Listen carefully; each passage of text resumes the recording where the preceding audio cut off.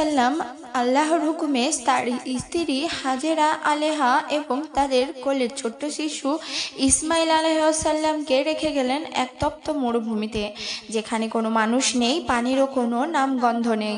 তাদের কাছে ছিল কেবল এক মশক পানি ও অল্প কিছু খেজুর, কিন্তু সামান্য দিনেই সেই খাবার শেষ হয়ে গেল। শিশু ইসমাইল পানির পিপাসায় ছটফট করতে লাগলেন।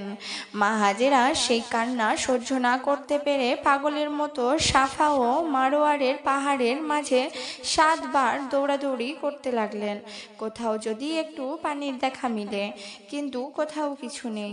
অবশেষে মা হাজেরা দেখলেন ছোট্ট শিশু 2 পা দিয়ে বারবার আঘাত করছে। সেই জায়গাটি ফেটে বের হয়ে এলো শীতল পবিত্র পানি, আল্লাহর রহমতের ঝর্ণার ধারা। তিনি আনন্দে আত্মহারা হয়ে গেলে জমজম মানে থাম, যেন পানি বয়ে না যায়। সেই থেকে শুরু হলো জমজম কূপের বিশেষ ইতিহাস। জমজমের পানি আজও সেই মরুভূমিতে অবস্থিত। এই পানি আমরা অনেকে অনেক রকমভাবে পান করেছি।